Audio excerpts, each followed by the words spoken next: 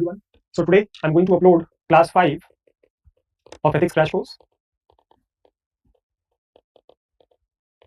And today I'll start with unit 3, that is aptitude and foundational values for civil services. The details are given in the questions, and syllabus details are given in handout 3, which has been uploaded along with this class in the notes section. So now, as you can see the handout 3, aptitude and foundational values for civil services, this unit is quite small, and basically two parts are there. The first part of this unit is aptitude. So basically, you must understand that what aptitude is, why it is important, how we can realize it, and what is the importance of aptitude in civil services. What is aptitude test? What is achievement test? Okay, so basic ideas how aptitude is similar and different to other concepts like interest, attitude, intelligence. So these basic understandings you should have. Then the second part of this unit is foundational values. And these are integrity, impartiality and non-partisanship, objectivity, dedication to public service, empathy, tolerance, and compassion towards the weaker sections. And we have often seen that direct questions have been there on these foundational values, plus certain quotations also. Like in 2021, there was a direct question on perseverance. Okay, perseverance, which is basically the part of dedication to public service. So if you know dedication, then you can also write about perseverance. And in fact, not only once, more than 3 times a question on perseverance has been asked. Okay, so last year, in 2021 paper, a quote on perseverance was there. I think some Vivekanand quote was there that in the end, it is those who succeed. They are the one who keep on trying. Okay, sooner or later, success will come to them. The only thing is persistence. Perseverance you have to showcase. Perseverance basically persistence on steady basis. So I will discuss all these ideas one by one. So let's jump to the questions now of section A. The first question is on aptitude. And this is the most certain question. Till now, no question has been asked by UPSC on aptitude. 9 papers have gone. So the chances are very high that in the coming years, a question would be there on the aptitude part. So let's try to understand this. The question is that everybody is a genius. But if you judge a fish by its ability to climb a tree, it will live its whole life believing that it is stupid. In context of this statement, analyze the importance of aptitude in individual life and success and what is required to realize one's aptitude. Now, see, this quote is given by Albert Einstein. So what basically he's trying to say that every child is born with a particular capacity. He has an inherent potential in it. And if he is judged on the basis of that potential, then the chances of his success, his motivation would be higher. But if you will use the same criteria to judge all the people, then most of the majority of the people will feel that they are fool. Like monkey. Okay, he has the natural capacity to climb the trees. Fish has a natural capacity to swim. Okay, the lion has a natural capacity to hunt. So और जैसे कहते हैं ना शेर के बच्चे को शिकार नहीं सिखाना पड़ता, मछली को तैरना नहीं सिखाना पड़ता, because these are inherent potentials. The moment they will get chance, they will realize their aptitude. Okay, so the question is on aptitude. Basically, what aptitude is, this also you must understand, because most of the students I have seen, they have confusion regarding this term. So what do we mean by aptitude? I'm writing the definition here so that things can get clear for you. Aptitude is the natural or inherent capacity to acquire a certain skill or ability in future through appropriate training. And this is the most classic definition of aptitude. Now, aptitude is a natural or inherent capacity. Aptitude is not something that you will learn after coming into this world. Aptitude is something which you are born with, something which is present in your DNA. All right, like when you were in school, somewhere around 4th or 5th class, you would see that there was a natural categorization in your classes. Some students were really good in mathematics, some were good in literature, some were good in art, some were good in sports. So from where this categorization came when all of you were getting the same education? It is because of the natural talents that people have. Many people are like Budhya Singh, like Srinivas Ramanujan, like Shakuntala Devi. They were great mathematicians right from the onset. Even despite of having not very good training, they became a good mathematician. They became good in their own fields. So why this thing happened? It is because of their natural tendencies. Like Bhagavad Gita has talked about 3 gunas. Guna theory has been given.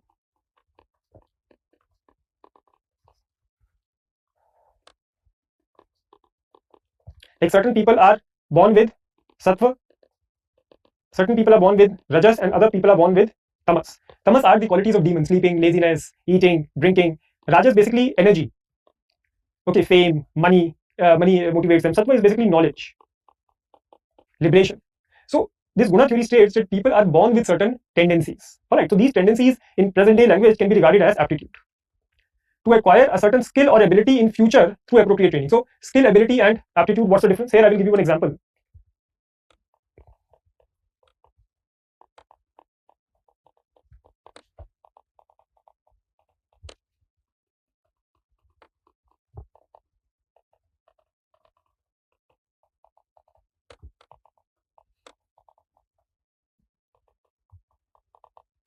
Now this diagram I basically made. Now what is the role of UPSC? UPSC recognize and certifies your aptitude. Civil services aptitude test it takes. Most of the GS papers of mains exam are aptitude test only. Now, after certifying you that you are eligible for becoming a good civil servant in future, your name will be sent to personnel ministry and that ministry will send you to Labasna. In Labasna, you will get training. And through the training, your ability will get converted into ability. That now you will be able to perform functions that are performed by a good civil servant. So ability will come in you. Then the sandwich course is there, okay, in civil services training, that after spending 8-9 months in Labasna, then for 1 year you will be sent to a particular district as a probationer officer. And there you will get practice. And through this practice, your ability will get converted into a skill. And then after spending 1 year in your district, then again you go back to Labasna, 3-4 months training and final exams takes place. And then finally, once you come out from the academy, you're already a skillful public servant because there is no scope of trial and error in civil services. Your small mistake can lead to huge loss for the life and money of the government. Okay, so skills are something that you have learned in the past. Like today, I can say that you are a skillful writer because you were born with the writing aptitude. Okay, God has given you opposable thumb. Okay, this is a physical aptitude and the intelligence to write. So that aptitude was there. In school and college, you get the training and practice for writing. And after that training and practice, once you come out from the college, finally I can say that you are a skillful writer. Like suppose you have just come out from driving school. You have learned how to drive a car. Can I call you a skillful driver right now? No, I would say that he has the ability to drive the car now, but with practice, he will become a skillful driver. So there's a difference between aptitude, ability, and skill. Got it? So this idea you must understand, and the differences can also be asked. Aptitude is always natural. And the third thing is appropriate training. If you are not exposed to a particular thing, if proper training is not given to you, like for example, Shakuntala Devi or Srinivas Ramanujam, if they would never have been exposed to numbers and good books, then their aptitude would always remain dormant. Like language acquisition, we all human beings are born to acquire language one day. We all have this aptitude for language acquisition. But if till the age of 9 to 10 years, if we are not exposed to any language, we will not be able to learn it anyway in the future also. Before 10 years of age, exposure to language is required. If it is not done, then after 10 years, even if it is done, then also the child will not be able to learn the language. He won't be able to speak it. So training is must. Suppose you have the scientific aptitude, but you are born in a tribal area in Jharkhand. What are the chances that you will become a great scientist one day? Chances are almost negligible. Why India is not able to produce many Olympians? Why the medals are not coming? It is not like that Indians do not have the talent. In such a huge population of 1.35 billion, we can't find few medalists. Medalists are there. But for most of the children, their potential is never identified, and it is one of the critiques also of our education system. Even after 10th, okay, basically you choose your stream based on the marks you get. If more than 90% is there, you will go for medical. 80 to 90 non-med, engineer you will become. 70 to 80 commerce you will take. Below 60 arts you will take. So society has created this hierarchy. But actual selection of courses should not happen like this. They should be done on the basis of aptitude. But again, that thing is absent. In fact, most of the students I have seen that they hear this word aptitude only after started preparing for this paper. Okay, so this is the basic idea of aptitude. But now the question is asking that what is the importance? Then the importance is, like the first thing you can write, that it helps you to realize your potential,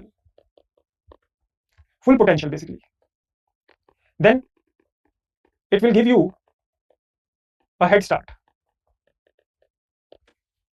Okay, like if others will take, let's say, more time, if others have to start from 0, but you already, because have a natural inclination, so maybe you will start from 10 or 11. So it will give you a head start over others. Then you will get better results in short time and less effort. Then more satisfaction will be there.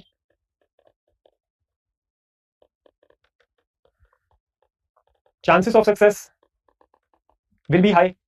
Always they will be high. Like Modi ji's example you can give. He always had an aptitude for politics, and that is why today he is so successful.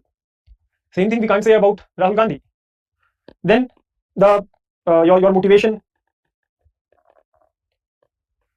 and dedication will be higher. In fact, the difference between good and great largely happens because of your aptitude. You see, it is not like that you cannot learn a skill if you don't have an aptitude for that. You can still learn that. But for that, great effort, great motivation is required. And then also you will only become good. The great you can only become only when you have the aptitude. All these great people, Usain Bolt,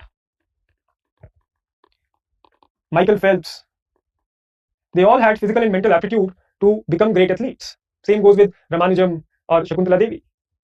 Okay, so this is the idea. Now, how to realize your aptitude?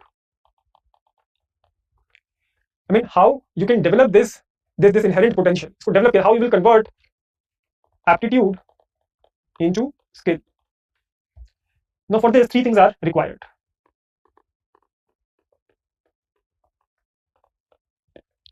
First is correct identification of your aptitude. Someone has to identify your aptitude. Like two ways it is done: informal ways and formal test. Informal ways basically includes like your parents will check, they will observe that in the areas where you have interest. Your teachers will check your mark sheets that in which subjects you are scoring more marks. Like aptitude of Dhoni, it was identified by his teacher, sports teacher, that he has this aptitude for stopping the ball. So informal ways are there, and in formal ways we have proper aptitude test. A proper test, scientifically developed test is taken of the children about their physical and mental aptitudes. So correct identification, and this is a big problem in India. Like I always had aptitude in social sciences, yet I took non-med in my 11th and 12th class, and then I ended up doing physics honors, and I was miserable. I was really bad in physics, but yet only because of my interest, or because that the people will feel good about me if I will do physics honors. People will appreciate me that it is the toughest course of Delhi University. Atul has done such a great thing. So because for the people's appreciation, for their love, I did that thing, and I was nowhere after finishing my graduation. Okay, nobody would have given me a 10,000 rupees job after doing that, and even if I took the job, I would never have been successful in that. Okay, so correct identification. Second thing is your resolve, motivation, or attitude towards your potential, or towards whether you want, like you have identified your aptitude, but do you really have the potential to pursue your aptitude? Many people don't have it. Like today in India, many youth are there who can really become great politicians, but yet they do not want to enter politics because of their negative attitude. Like Rajiv Gandhi ji, he never wanted to get into politics. He always wanted to become a pilot, but after the death of his brother, then he got into politics. Rahul Gandhi, he don't have aptitude and he doesn't have the resolve also. Modi ji had aptitude as well as the resolve. Okay, so attitude is very important. In fact, there is one quote also that aptitude plus attitude decides your altitude. Basically, your success in that particular field in which you are working. Third thing is your socio-cultural and economic environment, because this environment will give you right training and stimulus. Suppose you have an artistic attitude, but you are born in a middle class family. Now, if you will go and tell your parents that I want to become a painter, then your parents will feel worried about you. They will say, it is just a hobby, try to become an engineer, IAS officer, baniye. But why you want to destroy your life while pursuing this career? So they will never motivate you this thing. Got it? Plus training also, right kind of teachers you won't get provided. I mean, if you are from a middle class family, okay, right, stimulations you will never get. If like many times it happens that for the poor people, they don't have the money to take the coachings also to get proper training. Nothing is there, and because of this, in fact, what is the role of government? The role of government is to act like a referee and to make sure that everybody gets the same level playing field. So because people don't have this thing, so government provides them with some benefits. Okay. So basically these three things are required. Rahul Gandhi had this, but he don't have these two. Modi ji had these two, but initially this thing was not present, but when he joined RSS, when he started participating in political activities, he got this also. So these three things are required, and see, this first one is very important. In these two, even if one is there, then also things will happen. Like suppose you are born in Kapoor family of Bollywood. So this thing is very strong, right?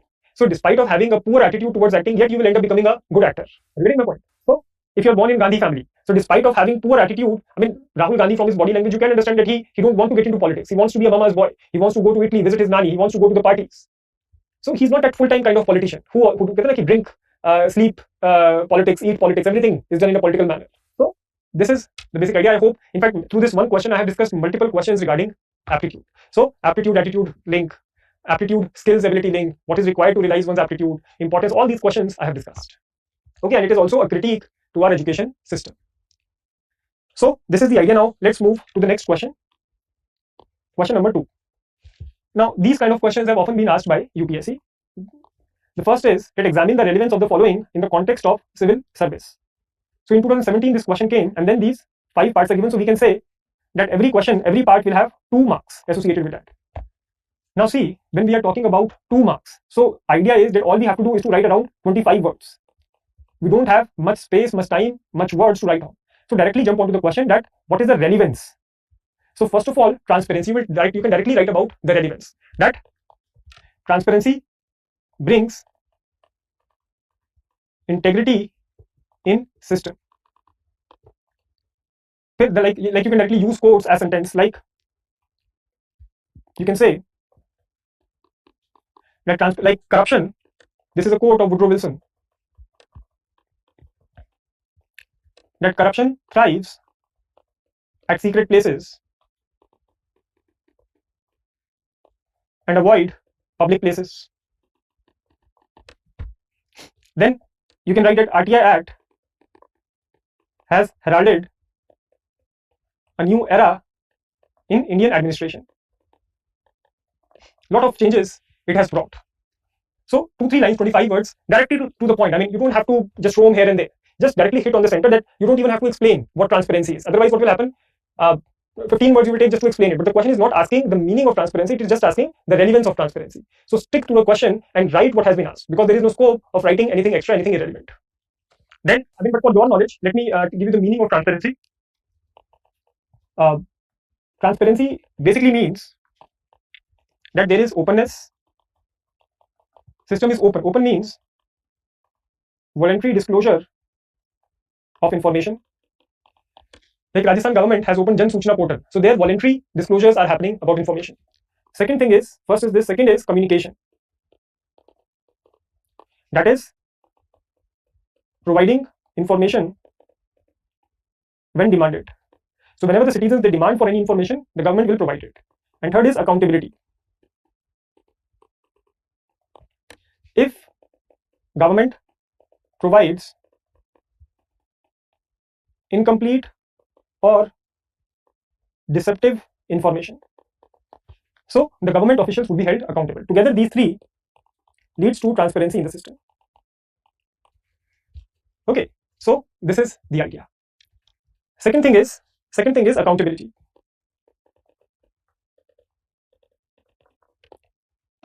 Now see, accountability also, अच्छा इसमें यहाँ पे in transparency you can also write that it leads to decentralization and public participation. I mean, in class we have discussed more than 10 points regarding this. In my book also it has been clearly given, section A book. Accountability basically means, again it has 3 parts: tell, justify, face punishment. I mean, the civil servant have to tell people what they have done and how they have done that thing. They have to justify their actions and decisions to the public, and they have to face punishment if something goes wrong. So if these 3 things are there, then it means accountability is there in the system. All right. Now, accountability is the essence of democracy. It keeps bureaucracy on its toes. The bureaucracy, they always stay ready. Then it increases 3 E's: efficiency, economy, effectiveness, and then finally trust and credibility also you can write.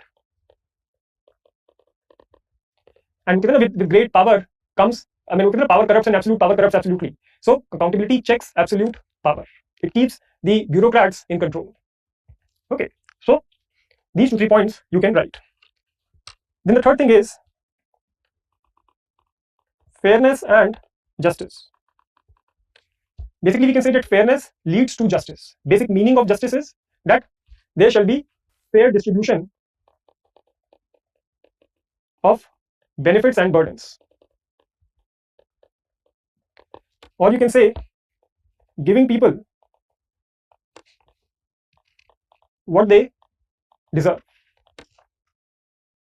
All right. Now, certainly, yes, I mean, justice is very important. You can say that the credibility, the legitimacy of government depends on its just behavior. Then inclusive growth, inclusive sustainable growth happens only because of justice. Satisfaction among people will come only because of justice. So about justice, these, I mean, you can, New India, the idea of New India, Naya Bharat. So justice shall be the central principle. Sabka saath, sabka vikas. That thing is also possible only because of justice. Social capital can be increased because of justice. Law and order situation can be controlled if the government is just. So internal security problems will never come. So this is about justice. The next part, D, is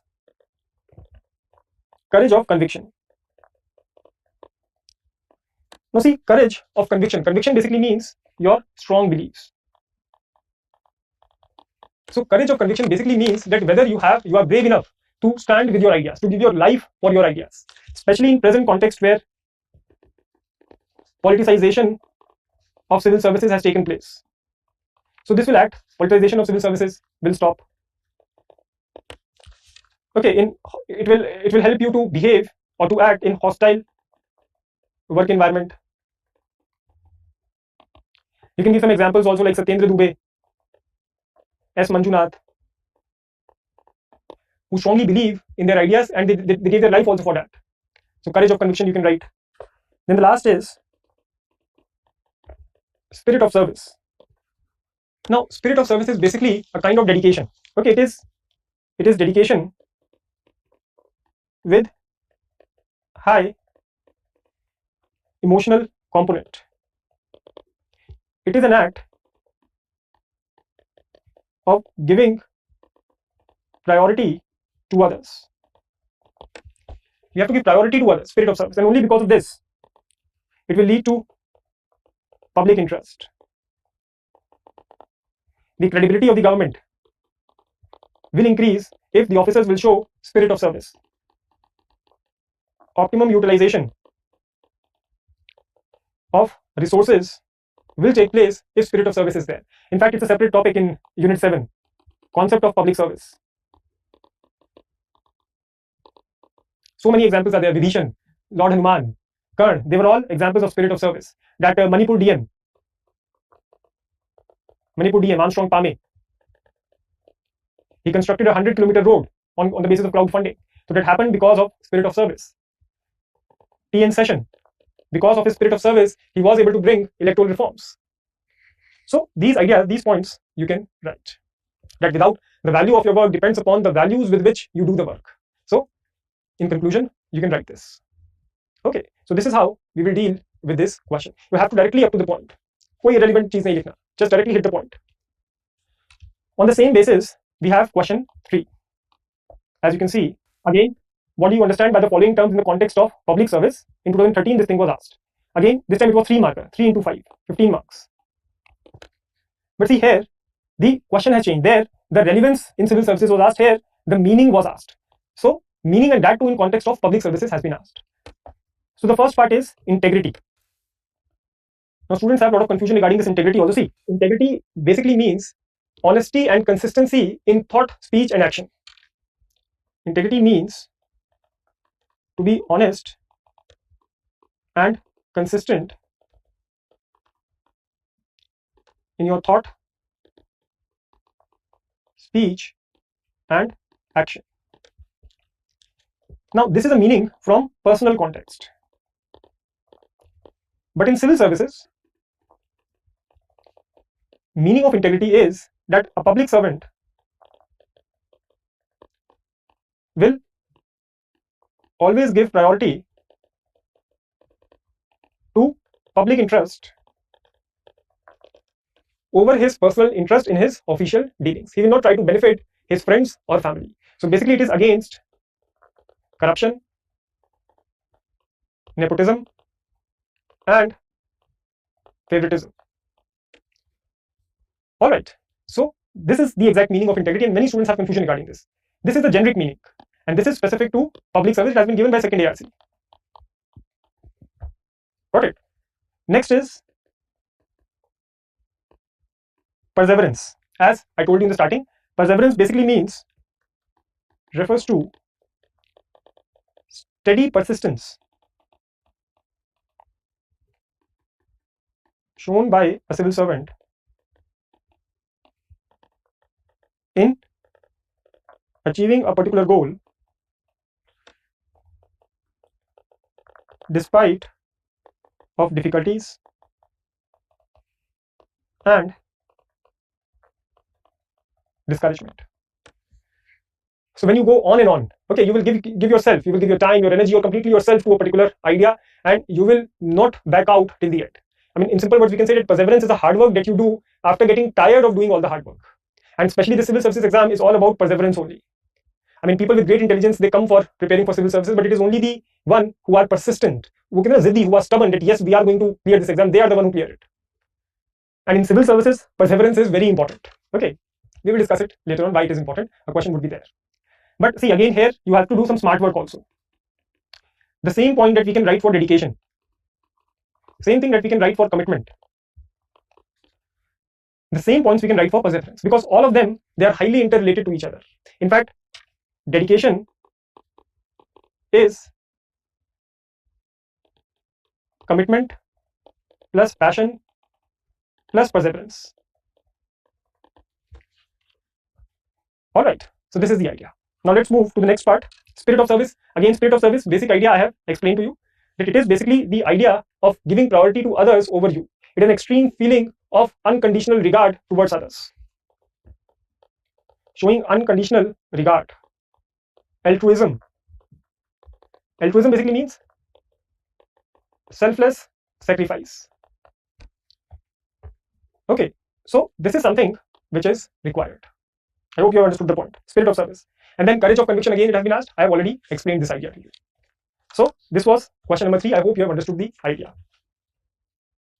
Another thing is, commitment I think commitment is also there. Yes, commitment is also there. So for commitment, see, commitment I told you now. The difference between commitment and dedication, what it is, that commitment is both formal and informal. Commitment basically means it is a quality of giving your time, your energy, your intelligence, yourself to a particular goal and keep doing it despite of difficulties. So that is what commitment is. But sometimes it is both formal and informal. Formal commitment means that suppose you have taken a pledge. Like Bhishma Pitama took a pledge that he will always serve the throne of Hastinapur, and that is why he took the sides of Kauravas in the Mahabharata. Despite of knowing that what he is doing is wrong, yet because just he has made a formal commitment, he keep on doing that. But dedication always includes informal commitment. Like you became an IS officer, but now you have been shifted to Nagaland. So there you will serve because you have made a formal commitment to the government, but your heart will not be there. So dedication basically means that not only by mind, not only by words, but by your soul, by your spirit, you are into something. So dedication is always informal commitment, which comes with passion.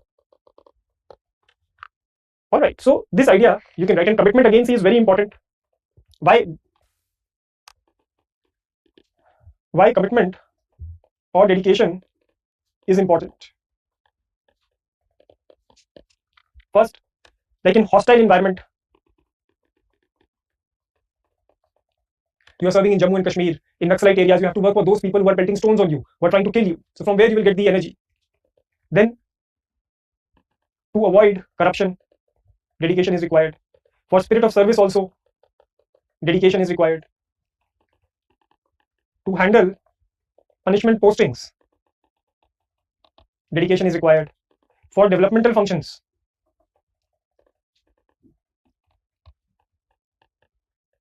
dedication is must.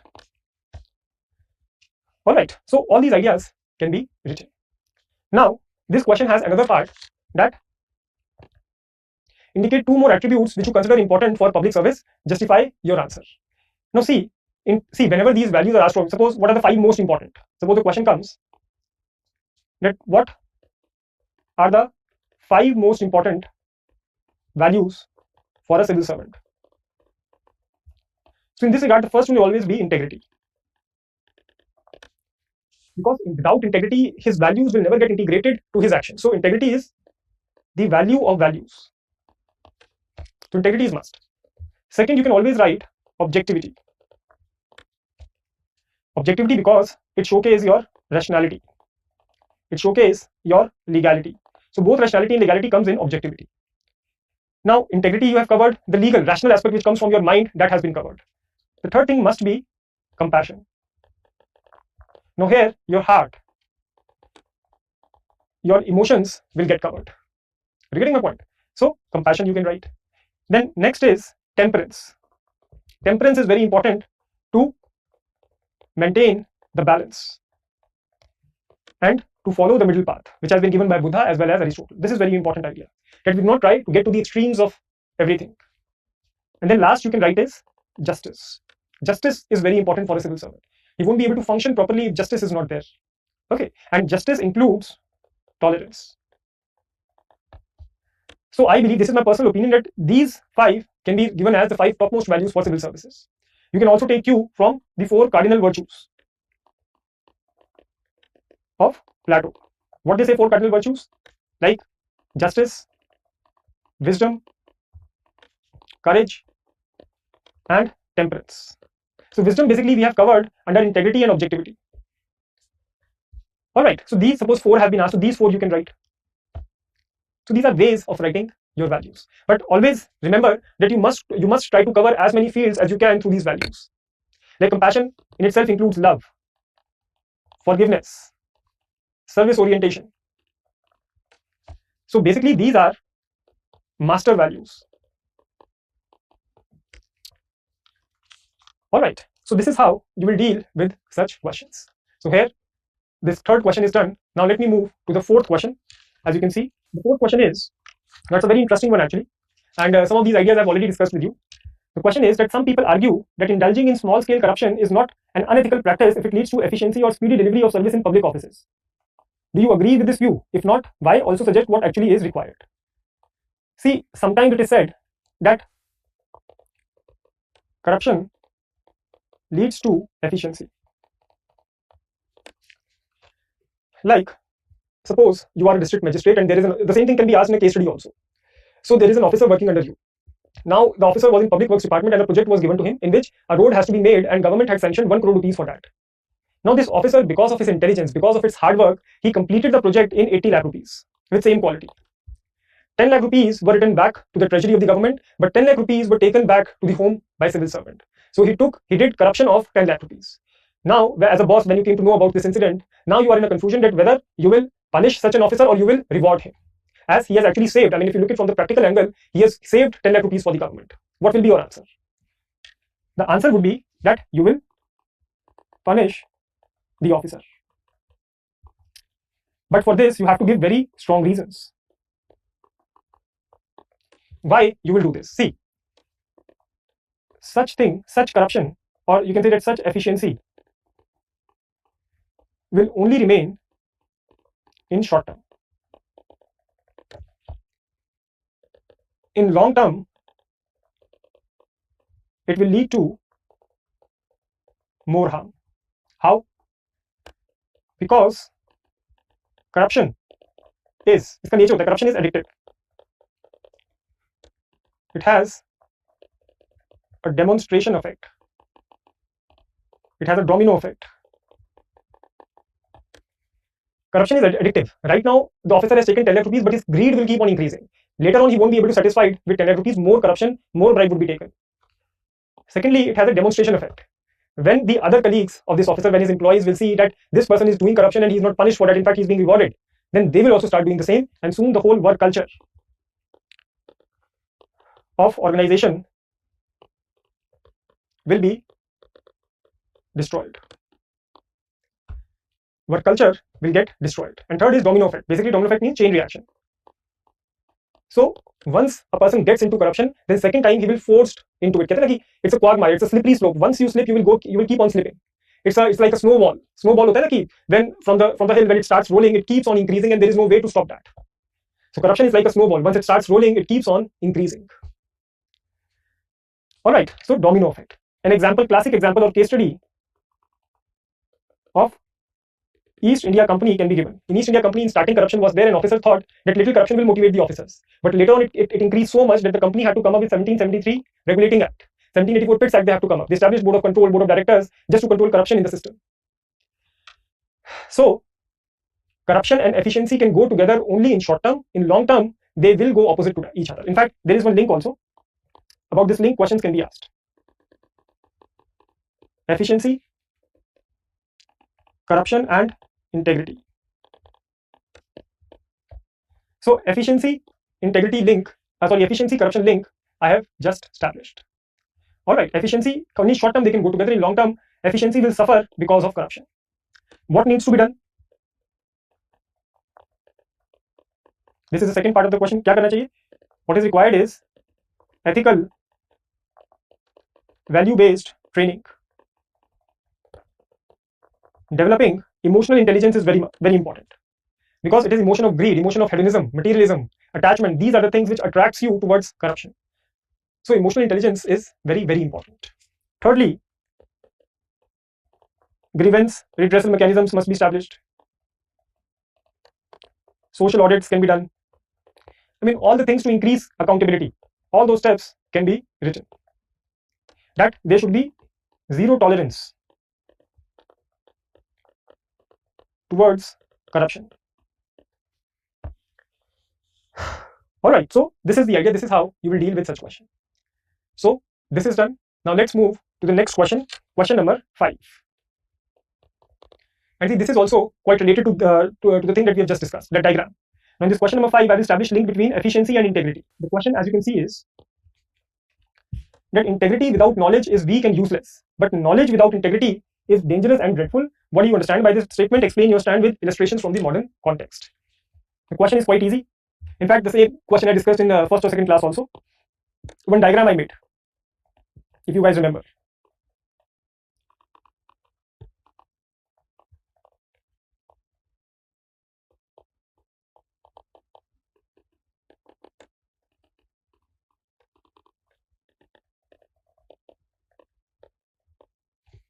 So if the person has integrity, but he has no knowledge, then he would be a non-performing asset. He will be a useless person for a person, for the organization, for the government. But if integrity is not there and knowledge, intelligence is there, then the person will become a clever evil. He will be dangerous and dreadful. And then for explaining this, I give you many examples. Osama bin Laden. In fact, many engineers are joining ISIS. Okay, like Satyam scandal, like Harshad Mehta scam. He was a very intelligent man, and yet he, because of lack of integrity, he ended up in the jail. In fact, he died a very painful death. He was not even given proper treatment. He suffered a heart attack and he died while going to the hospital. And opposite to that, we have Ashok Khemka. We have Satyendra Dubey, Narendra Kumar, IPS officer. I mean, such people who have stood for their integrity. They have become examples for the world. All right. So these examples you can give. Something from current affairs also you can give. Like during Corona pandemic, what happened? I mean, people, they use doctors. They use some of the doctors. They try to earn money also. And there are some doctors who, because of their integrity, professional integrity, they gave their life for their patients. So sometimes the whole difference between success and failure, good and bad, happens because of integrity. In fact, you can say, I told you this thing, that integrity is like a salt in life. A person cannot be efficient without integrity, but he cannot be efficient only with integrity. Along with integrity, efficiency, knowledge, intelligence, energy, these things are also required. Got it? So if this basic conceptual clarity you have, then examples you will get enough, I mean, from your current affairs knowledge. So this is the idea. This is how we will deal with this question. Now, let's move to the next question, question number 6. Discipline generally implies following the orders and subordination. However, it may be counterproductive for the organization. So now see, basically, if you want to answer this question well, you must understand the basic meaning of discipline. Now, discipline, when it comes to civil services, it basically implies 3 things. First is obedience to seniors. Second is respect for authority, and third is observance of the established rules. So basically, these three things implies discipline in the system, and it is one of the foundational values for civil services. Now, what are the positives of discipline? What happens because of this? It leads to rule of law. Plus, it leads to legal rational bureaucracy. Thirdly, it brings coordination and cooperation in the system. It brings consistency, chain of command, and hierarchy is followed. So all these are unity of command also. Yes, one more point you can write. Unity of command. Unity of command basically means that the order will come from one authority only. Multiple, like what happens, suppose one junior is there, and then multiple of his bosses are giving him directions and giving him orders which are contrasting in nature. Okay, like it often happens with Delhi police. They are getting certain direction from the Home Ministry. The local officers, the local MLAs are asking them to do something else. The public is demanding something different. So unity of command is there. Fast action is taken, especially in emergency situations. And see, for regular maintenance functions, discipline is important. Like a production line in a Chinese factory. So there, because the work is quite auxiliary, it is a routine maintenance kind of work. So there, the discipline would be really important and it will really work also. However, in developmental environment, in democracy and developing country like India, discipline can lead to conformity. A person, what is conformity? Conformity is doing what the group is doing, irrespective of whether it is right or wrong. Okay, you will just follow the social norms. You will follow the organizational norms. It will lead to group decision making. It will kill creativity. And eccentricity. I hope you remember the question that we discussed in Unit 1. That great societies are those who welcome eccentrics. And then it also leads to centralization of power.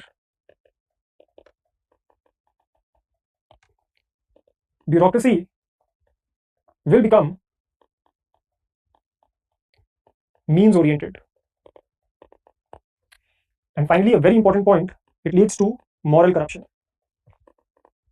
I mean, if neutrality, if discipline is a basic principle, then how you can criticize those German commanders who killed millions of Jews just on the orders of Hitler? I mean, they were just following the commands. Whether it is Adolf Hickman, whether it is Rudolf Hoss, so many commanders were there.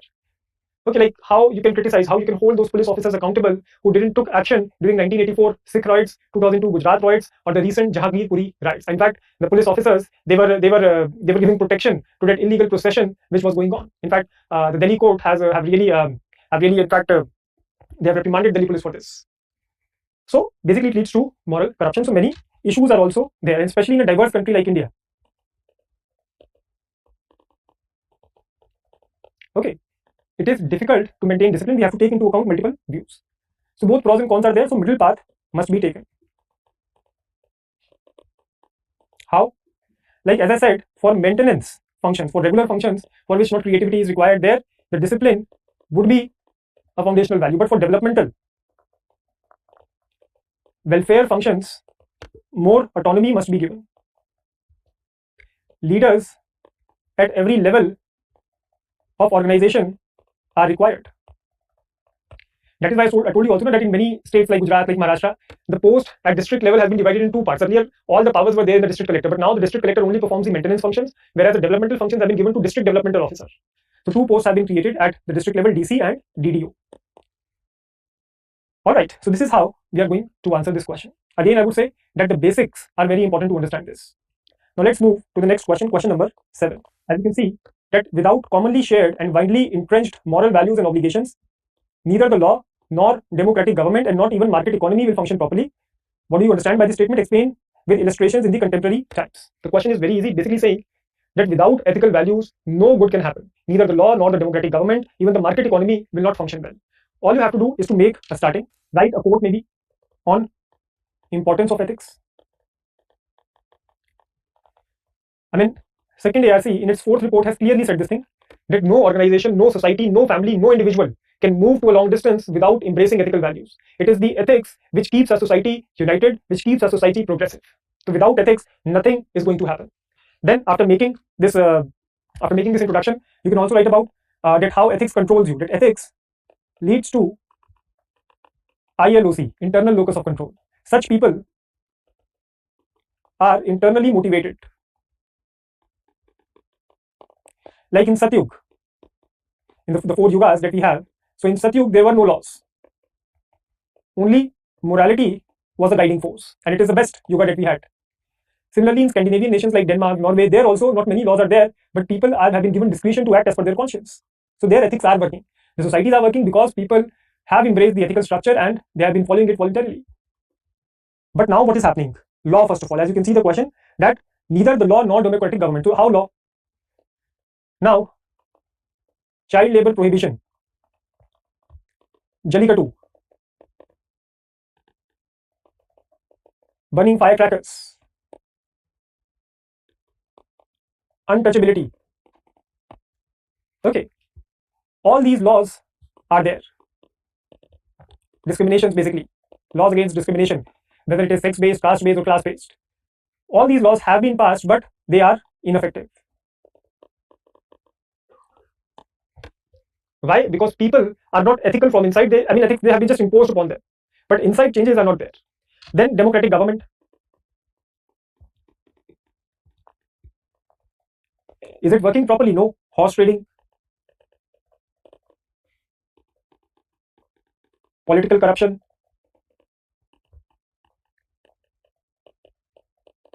criminalization of politics, spoil systems. Spoil systems, basically, the politicians are hiring people as per their own discretions. Okay, so all these, in fact, India today has become an election democracy. I mean, democracy is seen in India only during the time of elections, not before that, not after that. All right. So all these things, you can say that muscle and money today is controlling everything. Muscle, money, media, and Modi ji. These are the controlling factors. Okay, I mean, just for the comic say, I'm saying this thing. Otherwise, sorry, Modi ji. Okay, so this is what you can write about democratic. Market economy. Despite of the company's law, yet we see that corporate corruption is there. Crony capitalism we see. All right. और क्या हो रहा है? Like जैसे during pandemics, many companies, they try to earn profits. All right, people, organizations, they try to make profits. Sahara scam, Sardha scam. So despite of all the laws, still such things are happening. Every day in newspaper you will find a company which has broken the ethical code despite of the laws. So why such things are happening? Because ethics are not there inside. Okay, so these three paragraphs you can write, and then you can say that all these three, market economy, laws, rules, they're all external tools of behavioral control. But ethics is a judge that always remains with you. All right, so this is the whole idea. This is how you will write this answer. You just have to divide your answers in different paras as per the requirement of question. Now let's move to the next question, question number 8. The question is that there is heavy ethical responsibility on the public servants because they occupy a position of power, handle huge amounts of public funds, and their decisions have wide-ranging impact on society and environment. What steps have you taken to improve your ethical competence to handle such responsibility? So basically, in the starting question, I said that civil servants have special obligations. You can say that ethics are important in every organization, but when it comes to public services, they are of utmost importance. In fact, they are the most important topic of public administration. Why? Because civil servants have special obligations. Why they have special obligations? They have to utilize public funds. I mean, the funds that they are using, they are not of themselves. They have not earned that money. They are using this money on behalf of public. So public money is there, so they have to be accountable towards public. Secondly, their decisions have huge impact on the people. In fact, sometimes the life of people, their whole life depends upon one decision of the government. Like for example, this bulldozer policy which the government has started recently. So how it can affect the livelihood of people. Okay, and then discriminatory practices are also seen in that. So their decisions. Then corruption. Corruption, like this quote is there, that corruption is equal to monopoly plus discretion minus accountability. All right. So whenever the monopoly will increase, discretion will increase, and the accountability will decrease, the corruption will increase. C is equal to M plus D minus A. Okay, you can recently give example of Pooja Singhal. I mean, but you should write because she has not been proven guilty by the court, so you will say that it is alleged. And see, these allegations of corruption have been there on Pooja Singhal since very long time. So this example you can give. So this is for the starting. Actually, these things have not been asked by the question. The question is asking how you will develop develop ethical competence. So for ethical competence, again, same ideas hai. First of all, wisdom. Developing wisdom through knowledge is very important. Then, as we discussed earlier, positive attitude is important. Optimism is required. Then, inculcating foundational values of civil services like tolerance, dedication, integrity, introspection. Basically, developing emotional intelligence. And how to develop emotional intelligence? Here we can use many techniques like introspection, like sensitivity training. Later on in the 4th unit, I will tell you in detail about these things. Okay, yoga, meditation. Then living a simple life will also help you to develop this confidence. Then inspiration from great leaders. This will also help you out. Then be objective and use Socratic methods. Socratic method basically is a method of dialectics where you reason with yourself or with other people based on reason and knowledge. So you will discuss, you will debate topics on the basis of reason and logic. Okay, so basically it is the internal win which is required. Internal win over 6 enemies of mind, which we'll talk later in unit 5. Basically ego, greed, attachment, lust, envy, and anger. So when these 6 are controlled, things will automatically become good. Okay, so these are, and see in the end you can write in conclusion that it is a continuous process. Knowledge को add करें, knowledge gain करेंगे. I will meet culturally diverse people, I will meet poor people, the underprivileged section of society, so that I can develop empathy towards them. I can develop spirit of service. Reading great people also inspires you. All right, so this is the basic guide. This is how you will develop your ethical competence. It's a very generic question, and these points can be used at multiple places. Developing persuasion technique. One more point you can write.